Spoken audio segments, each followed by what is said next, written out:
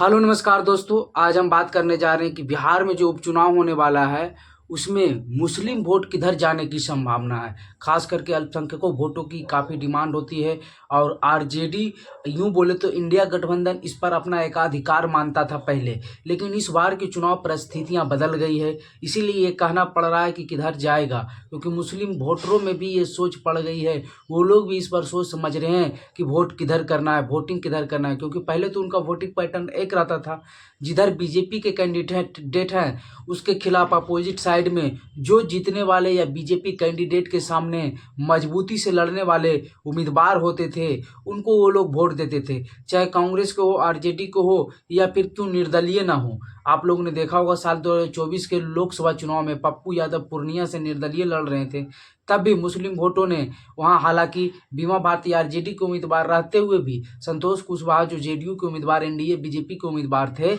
उनको विपक्ष में जाकर बीमा भारती को ना वोटिंग करते पप्पू यादव को वोटिंग किया। किस लिए? क्योंकि पप्पू यादव की संभावना थी कि वहां से चुनाव निकाल लेंगे, इसलिए। तो इस पैटर्न पर मुस्लिम अल्पसंख्यक वोट हमेशा से करते रहा था। लेकिन इस बार जो बिहार में इन 4 सीटों पर उपचुनाव होने वाला है, इसमें क्या पैटर्न रहने वाला है और क्यों कहा जा रहा है कि इस बार पैटर्न चेंज होगा, तो इन सभी बातों को हम आज जानते हैं। चलिए वीडियो को शुरू करते हैं। दरअसल बात यह है कि बिहार में 4 सीटों पर उपचुनाव होना है, सभी लोग जानते हैं। तरारी, रामगढ़, इमामगंज और बेलागंज, इन 4 जिलों में, ये चारों अलग अलग मगध और शाहाबाद के इन क्षेत्रों में चुनाव होना है। हालांकि मुसलमानों की संख्या यहाँ अच्छी खासी है, लेकिन जो सीमांचल की तरह नहीं है।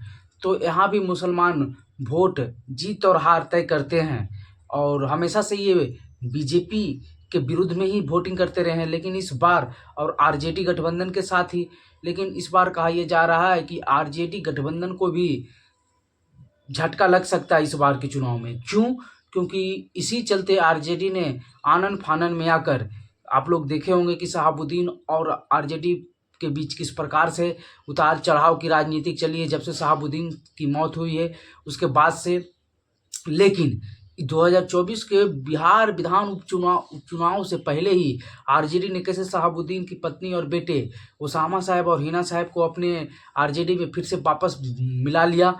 और तब से कहा जा रहा है कि ये मुस्लिम वोटों को विघटित ना होने देने के कारण ऐसा किया गया। आरजेडी मुस्लिम वोटों को अपने साथ रखने के लिए ये प्रयास किया है, क्योंकि शहाबुद्दीन के लोग जानते हैं मुसलमानों में काफ़ी पकड़ है, खास करके बिहार के मुसलमानों में उनको लेकर। और उनके बेटे पत्नी को जब शामिल किया गया तो मुस्लिम वोट एकत्रित होंगे, क्योंकि साल 2024 के सिवान के लोकसभा चुनाव में भी मुसलमानों ने आरजेडी को वोट ना करके शहाबुद्दीन की पत्नी की भी वोटिंग कर दी थी, हिना साहब को, इसलिए ऐसी बातें कही जा रही है।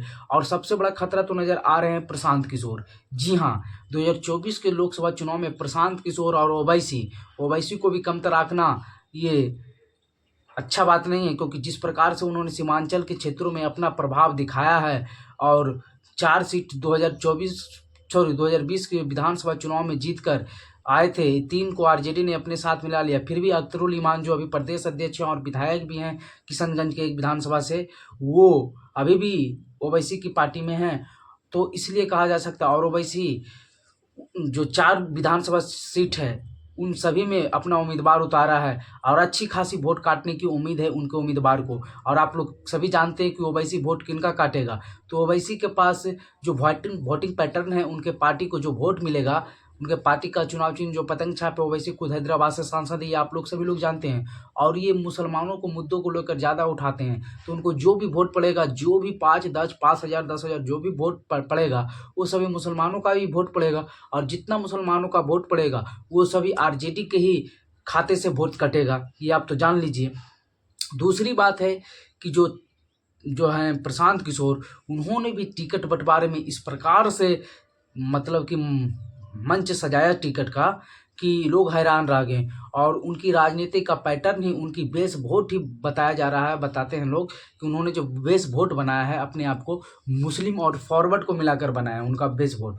यानी कि मुसलमान को ही, मतलब आरजेडी के जो बेस वोट है उसको ही काटने की कोशिश की, और बीजेपी का भी बेस वोट यानी कि फॉरवर्ड को भी काटने की कोशिश की। हालांकि देखना होगा कि फॉरवर्ड कितना करते हैं, लेकिन मुसलमान तो प्रशांत किशोर के साथ जाते हुए कुछ ना कुछ तो दिखे हैं, पूरी तरह से नहीं दिखे हैं, और फॉरवर्ड भी कुछ ना कुछ दिखे हैं, ऐसा नहीं कि नहीं दिखे हैं। तो लेकिन प्रशांत किशोर के साथ मुस्लिम वोट इस पैटर्न पर जाएंगे जब प्रशांत किशोर के साथ फॉरवर्डों का एक तरफा वोट जाते हुए मुसलमानों का एहसास हो जाएगा कि हाँ, प्रशांत किशोर का अपना भी कुछ वोट बहुत रहेगा। ऐसे मुसलमान डायरेक्ट उनके साथ नहीं जाना चाहेंगे, सिर्फ फॉरवर्ड भी ना उनको दो और मुसलमानों के वोट पर, तो फिर वो मुसलमानों का वोट बर्बाद हो जाएगा। और मुसलमान इस प्रकार से करते नहीं हैं वोट को बर्बाद। वोटिंग पैटर्न मुसलमानों का ये रहता है कि जिस दिन चुनाव है उससे एक दिन पहले ही डिसाइड होता है कि किधर वोट करना है।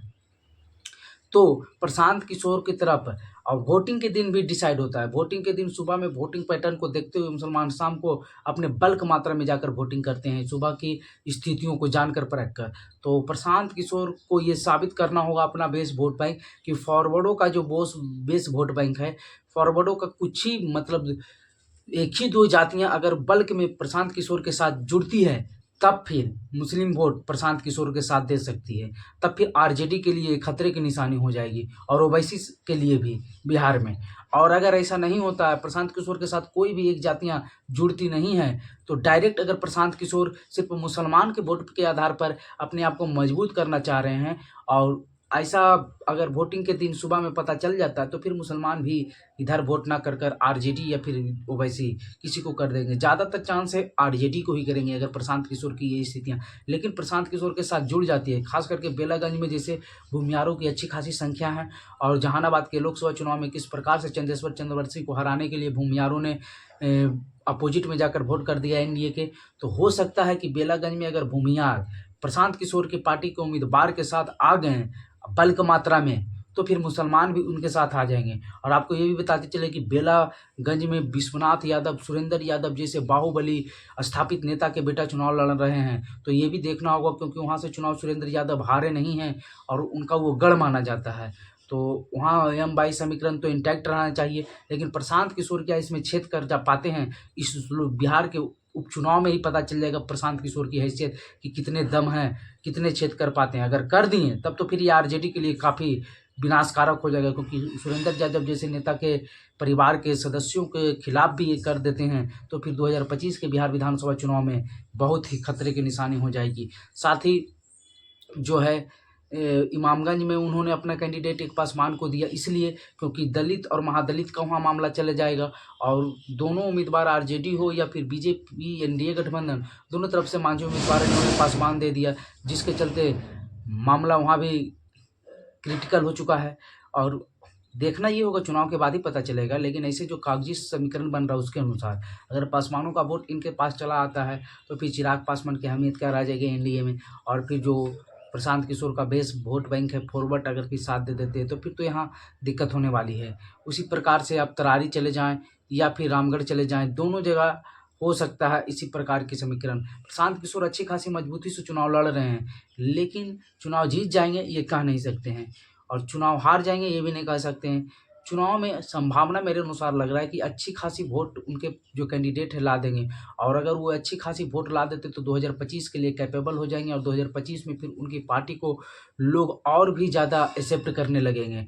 लोग, जनता जो नहीं जानते हैं, जो जानते हैं वो भी ज़्यादा लोग, अगर इस बार के चुनाव में अगर प्रशांत किशोर की परफॉर्मेंस खराब रही, तो फिर आगे का रास्ता खतरों से कम नहीं होगा। और आपको ये भी बताते चले कि जिस प्रकार के हुआ न्यूज़ मीडिया चैनल पर प्रशांत किशोर की दिखाई जाती है बढ़ा चढ़ा कर, वैसा ज़मीन पर अभी हमें दिखता नहीं। हम जितना जगह गए हैं, जितना देखे हैं, आम लोगों में उनकी कोई नाम नहीं है, कोई पहचान नहीं है, कोई लोग नहीं उनके प्रति बातें करता है।